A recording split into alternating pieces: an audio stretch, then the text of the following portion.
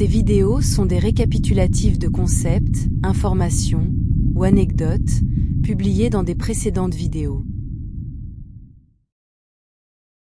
Les extractions et leurs problèmes, partie 3. Beaucoup de gens, avant d'être extraits ou de penser à être extraits, ne tiennent pas compte des personnes qui laisseront derrière eux, pensant qu'ils s'en remettront, pensant cela d'un certain point de vue, en voyant ces personnes comme moins proches d'eux maintenant alors qu'ils sont sur Terre, peut-être en ayant tort de penser qu'il ne leur manquerait pas beaucoup. Que ce soit parce qu'ils ont eu une grosse dispute, parce qu'ils ne se sont pas vus depuis des années, parce qu'ils ont ressenti, ont été trahis ou abandonnés, ou parce qu'ils ont cherché à se séparer de ces personnes pour leur propre survie, ou simplement parce qu'ils n'étaient plus intéressés à poursuivre la relation avec cette personne. Peu importe, ce qui importe, c'est qu'ils ne voudraient plus voir ces personnes au moment de l'extraction, niant les sentiments qu'elles provoquent, se refusant à les voir, et à pouvoir guérir leurs émotions et leurs traumatismes. Aujourd'hui, ils ne parviennent pas à entrevoir à quel point ces personnes comptent vraiment pour eux, pour leur vie. Parce que qu'ils le veuillent ou non, en étant sur Terre maintenant, ils ont encore la possibilité de choisir d'aller voir ces personnes, les aider ou leur parler. Ils ne pensent pas à leur importance dans leur vie précisément parce qu'aujourd'hui ils ont cette option. Mais une fois extrait, non seulement l'ADN est amélioré, mais aussi la conscience, l'empathie et les émotions. Maintenant, appliquons cela à la vie quotidienne. Et voici le point essentiel que j'ai réservé pour cette vidéo. Mais comme je l'ai dit au début, une fois extrait, il n'y aura plus la possibilité de revenir sur Terre. Et c'est la règle principale pour toutes les extractions imposées et appliquées par la Fédération, en raison de tous les problèmes rencontrés par les personnes qui ont été extraites puis renvoyées de force sur Terre, comme dans le cas d'Alex Collier, ou parce qu'elles voulaient désespérément retourner auprès de leur famille, comme dans le cas de Zadkiel, dont je ne peux pas révéler le nom et l'identité humaine. Il a été renvoyé sur Terre pour découvrir que sa famille l'a rejeté car il ne ressemblait plus à ce qu'il était avant, en raison de l'amplification de l'ADN, c'est-à-dire du développement du corps à son plein potentiel génétique. Il pensait qu'il s'agissait d'une autre personne essayant de se faire passer pour leur fils et frère disparus mystérieusement quelques années auparavant. Ils ont appelé la police contre lui, et il a passé quelques jours en prison avant d'être libéré faute de preuves. Zadkiel est alors devenu un sans-abri, ayant perdu son identité humaine, vivant dans une boîte en carton sous un pont dans le sud de la France, et a finalement été interné dans un service psychiatrique à Marseille, fortement médicamenté, en jurant que les extraterrestres l'avaient emporté. Je pense que vous pouvez maintenant clairement comprendre pourquoi il n'est pas conseillé de renvoyer les personnes sur Terre après leur extraction. Mais en revenant aux personnes laissées derrière par les extraites, elles réalisent soudainement à quel point elles leur étaient importantes. Soudain, elles apprennent combien ces personnes les aimaient vraiment, dans la mesure de leurs possibilités psycho-émotionnelles, avec leurs erreurs et leurs succès, que ce soit pour le meilleur ou pour le pire. Lorsqu'ils sont extraits, la conscience et la perception de la personne sont grandement augmentées, elle commence à voir et à comprendre beaucoup plus de choses, pourquoi les choses se sont passées comme elles se sont passées, et pourquoi les gens ont réagi comme ils l'ont fait. Mais soudainement, ils voient tout comme un seul contexte, leurs histoires, leur vie, leurs efforts, leur façon d'interagir, leurs traumatismes, leurs sentiments tout au long de leur vie, et comment ils se sentent à leur sujet. Mais ils n'ont plus l'option d'aller leur parler, les serrer dans leurs bras, les remercier, les réconforter ou leur demander pardon, ou encore leur accorder leur pardon également. Une fois extrait, votre empathie et vos émotions débordent, vous en êtes pleinement conscient, et elles sont à la surface, mais vous ne pouvez plus rien faire. Cela amène la personne extraite à se demander pourquoi ils ont commis l'erreur de quitter leur vie sur Terre et de vouloir y retourner. Ils voient leur histoire et ils voient leurs erreurs, grandes et petites, ils se jugent, et si on ajoute des émotions débordantes, eh bien, la personne extraite finit par demander à revenir.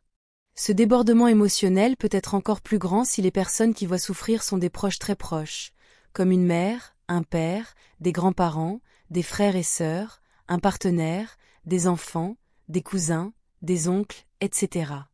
Ils souffrent à cause de la disparition de la personne, et cherchent désespérément partout, ils cherchent leur être cher disparu toute la journée, parfois pendant des années, voire des décennies.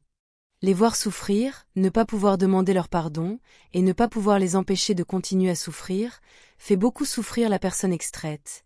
Et si en plus on ajoute le fait qu'ils croyaient auparavant que ces personnes ne les aimaient pas, ou ne les aimaient pas beaucoup, ou ne les valorisaient pas, etc., la personne extraite finira par regretter d'avoir quitté la Terre, va beaucoup souffrir, et beaucoup pleurer.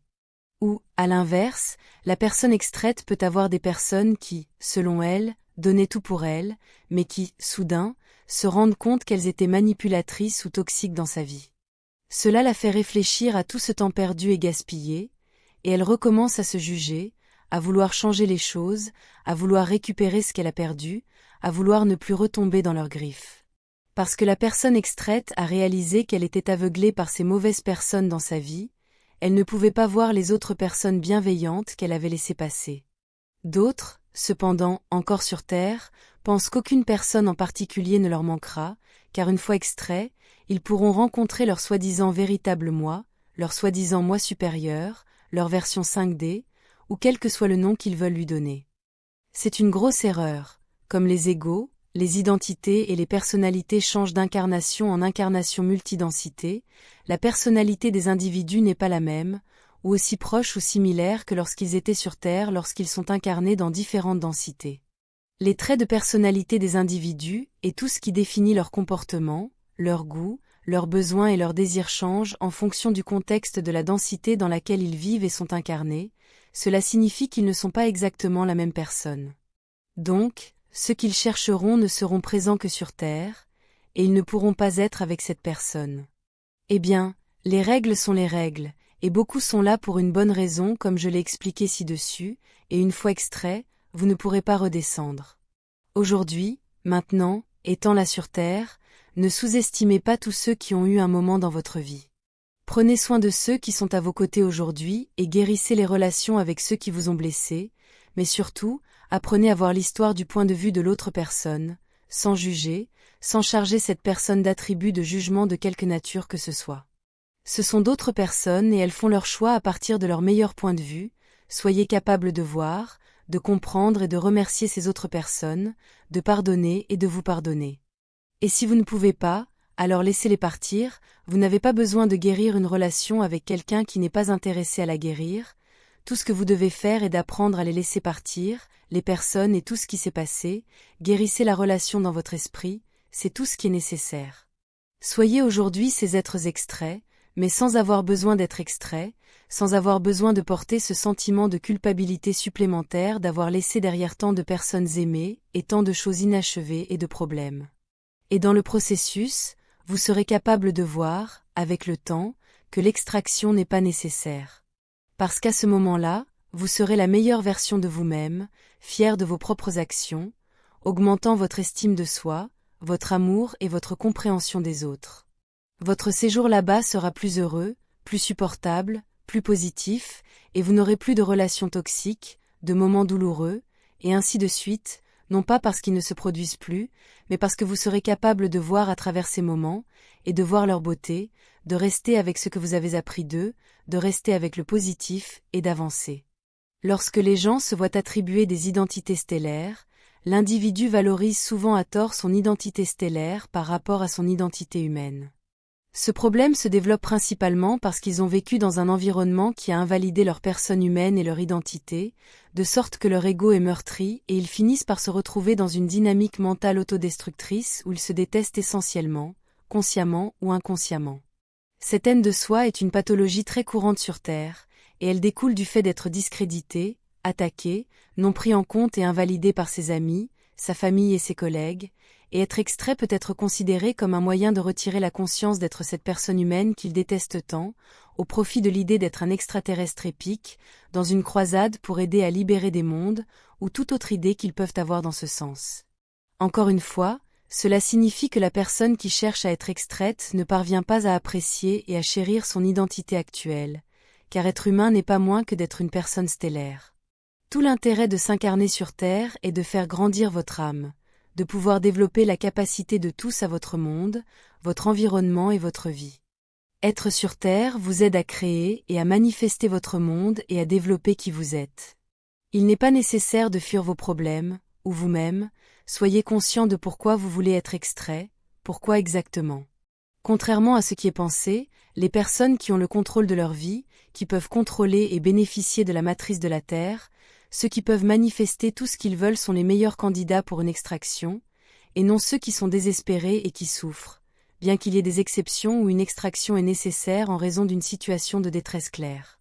Les personnes qui ont dominé la vie sur Terre à leur satisfaction et qui ressentent profondément qu'elles ont triomphé de la matrice, celles qui, sur la rampe d'entrée des vaisseaux, se retournent une dernière fois vers la Terre, avec de grands sourires sur leur visage, sachant qu'elles ont réussi, apprécieront d'être extraites à un niveau d'âme, où elles savent profondément qu'elles n'ont pas besoin d'y retourner et d'avoir une autre incarnation sur Terre.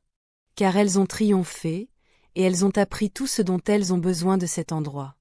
Mourir sur Terre est une option pour la plupart, la façon de mettre fin et de compléter une incarnation d'apprentissage là-bas en entier. Il n'y a aucun problème de cette perspective car personne ne se perd dans l'au-delà, ils vont simplement là où leur fréquence les conduit, mais tout le monde n'a pas besoin de finir ses jours sur Terre de cette manière.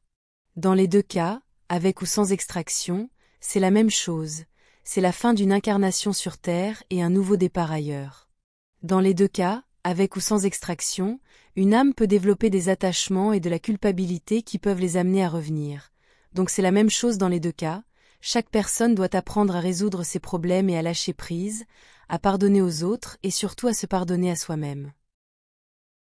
Apprenez à lâcher prise de ce qui ne peut pas être résolu, ne portez pas tout ce bagage inutile dans votre prochaine vie, vous n'en avez pas besoin. Apprenez simplement de cela, c'est à cela que servaient ces expériences.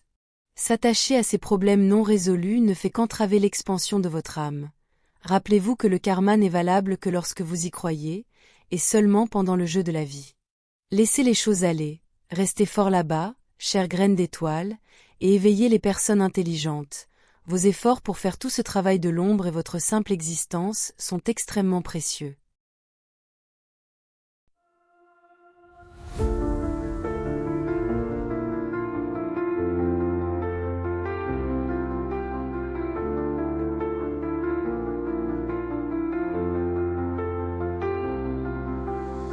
Dans l'immensité des cieux, nos rêves se déploient.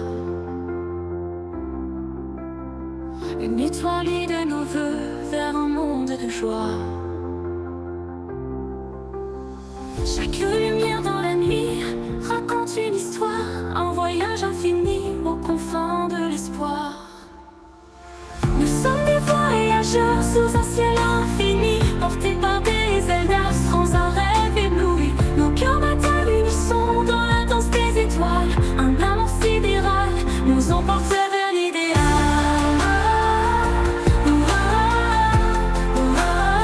Nous emporte vers l'idéal.